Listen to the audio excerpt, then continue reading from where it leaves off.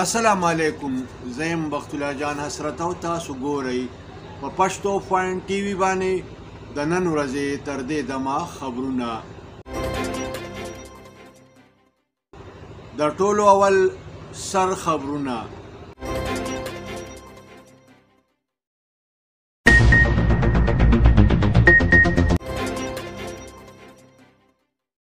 दोस्तों, अगरचे आपने हमारे चैनल को अभी तक सब्सक्राइब नहीं किया, सब्सक्राइब का रेड बटन क्लिक करके हमारे चैनल को सब्सक्राइब.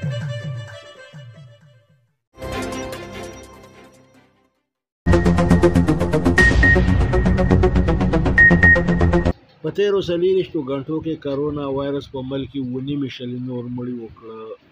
دغه رنګې په تیرو 40 غنټو کې په ملک کې د کرونا وایرس د 50,000 نه زیات نوي مریضان ریکارډ شوي دي.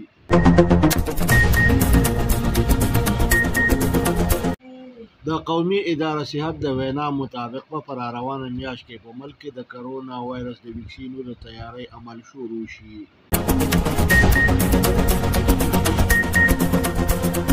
د چین نه د کرونا وایرس د ویکسینو د راوړلو لپاره 3 هوایي جهازونه لیږل شوي دي.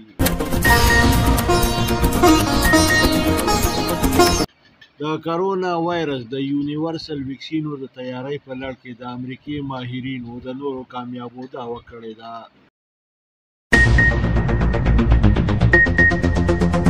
په ګاونډي ملک بھارت کې کرونا وایرس په یو ورځ کې 3,300 مړي کړي دي.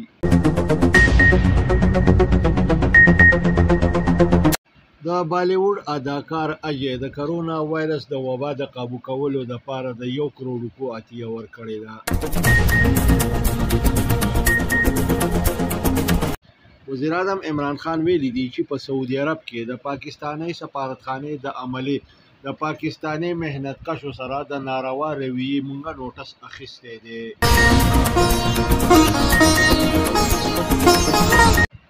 آرمی چیف جنرال قمر باجوا ویلي دي چې د پاکستان او افغانستان امن د یو بل سره تړلی شوی دی.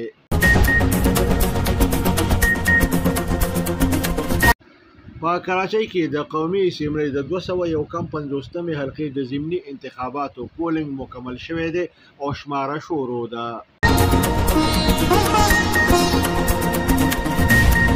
په وفاقي کابینه کې 3 نوي وزیران شامل کړي شوي دي چې دې سره د وفاقي کابینې شمیره 50 ته رسیدلې ده. د پی ډی ایم مرکزی صدر مولانا فضل الرحمن ویلي دي چې پیپلز پارټي دوباره په پی ډی ایم کې د شاملېدو خواهش لري. د سریلانکا حکومت د مسلمانو ښځو په عوامي ځایونو کې د بورقې په پسرولو باندې پابندي لګولې ده.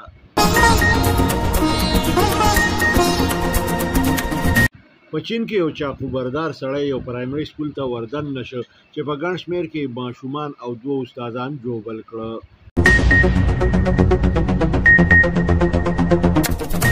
سعودي عرب د ایران سره د ښه تعلقاتو قایمولو خواهش ظاهر کړی دی. امریکای د افغانستان نه د خپلو فوجونو د واپسۍ سره سم خپل سفارتي عملې ته د کابل پرېښودو حکم ورکړی دی. په عالمي مارکیټ کې د سونې په قیمت کې 200 روپۍ توله کې کمی راغلی دی. د پاکستان قومي کرکټ ټیم په اولني ټیسټ میچ کې د زمبابوې ټیم په اولني انینګز کې په 106 رنزونو باندې آوټ کړی دی.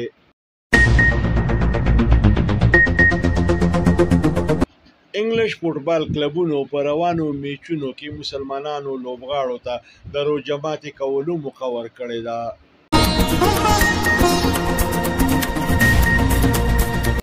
په تیرو 40 غنټو کې په ملک کې یو ځل بیا موسم خوش پاتې شو. ټوله ورځ په اسمان باندې ګوري او کله خال خال وریاځې راخورې وي، خو بل طرف ته ورځ کافي ګرمه وه.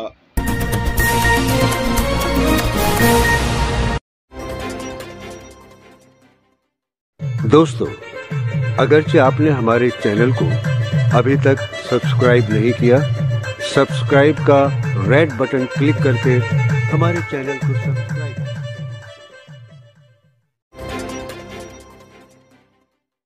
اوس د دې خبرونو تفصیل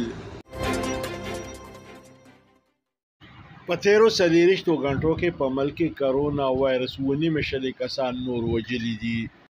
د سره تر اوسه پورې د کرونا وایرس له کبله په ملک کې د شوو مړو ټوله شمیره 11680 ته رسیدلې ده.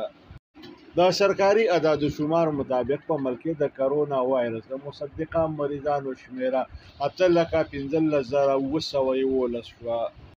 دغه رنګې په ملک کې د کرونا وایرس د فعال مریضانو شمیره یو کم 80,802 ده. وایي چې دې کې د 50,000 نه د زیاتو مریضانو حالت تشویشناک دی. د قومي اداره صحت د وینا مطابق به پر روانه میاشت کې په ملک کې د کرونا وایرس د ویکسینو د تیاری عمل شروع شي.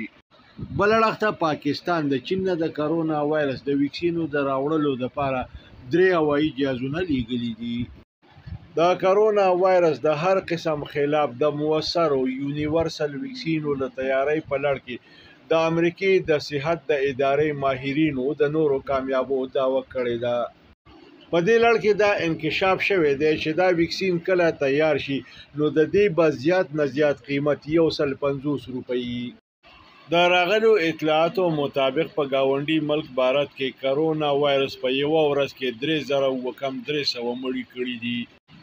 دغه رنګې د دې سره په بھارت کې تر اوسه پورې د کرونا وایرس د ټولو شوو مړو شمیره د 2 لکو نه زیاته شوه. د بھارتي بالیوډ اداکار اجے د خپل طرف نه د کرونا وایرس د قابو کولو لپاره د 1 کروڑ روپو د عطیې اعلان وکړ. وزیر اعظم عمران خان ویلي دي چې په سعودي عرب کې د پاکستاني سفارتخانې د عملې د پاکستاني مهنتکشو سره د ناروا رویې خلاف مونږ سخت نوټس اخیستی دی. په دې لړ کې به د سعودي عرب نه د پاکستاني سفارتخانې د عملې زیات نه زیات ارکان واپس رابللی شي.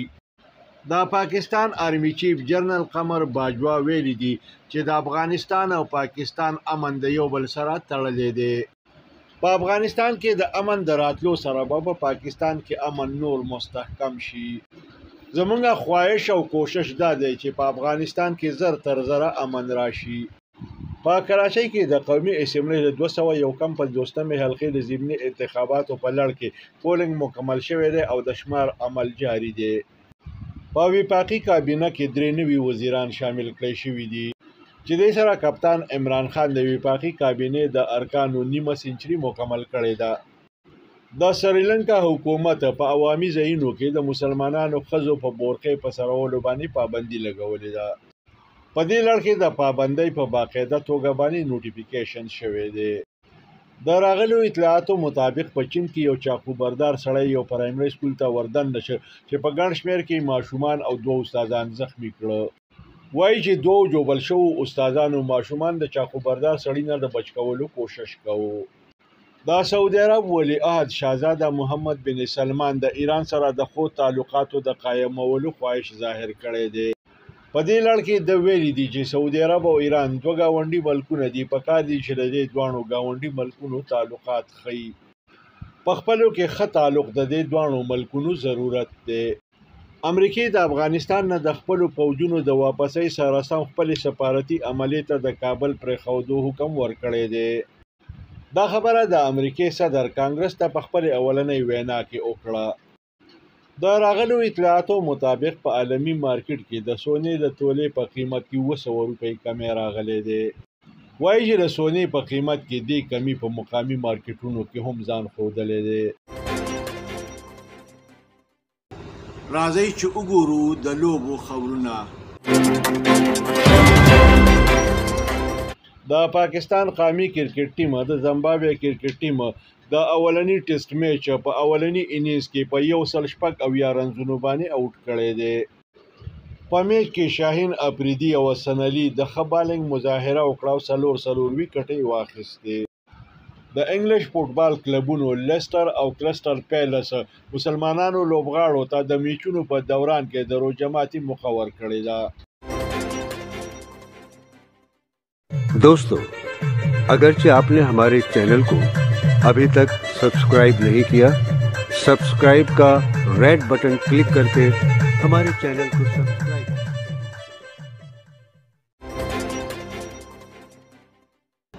اوس ګورو د موسم حال. په تیرو 24 غنټو کې په ملک یو ځل بیا موسم خشک پاتې شو. په تیرو 24 غنټو کې ټوله شپه ورځ به کله په اسمان باندې ګڼې او کله خال خال وریځې راخورې شوې. ورځ د نورو په نسبت باندې ګرمه وه. په راروانو 24 غنټو کې په اسمان باندې د ګورو وریځو پیشنګویي شوې ده. دې سره د نن ورځې خبرونه پای ته رسي. ښاد او اباد اوسئ. د لوی الله په امان. کتونکو پښتو فاین ټي وي سبسکرایب کړئ، د ټلۍ په بټن ګوته کېدئ او دغه رنګې دا خبرونه کتنه د خپل ژوند معمول وګرځوئ.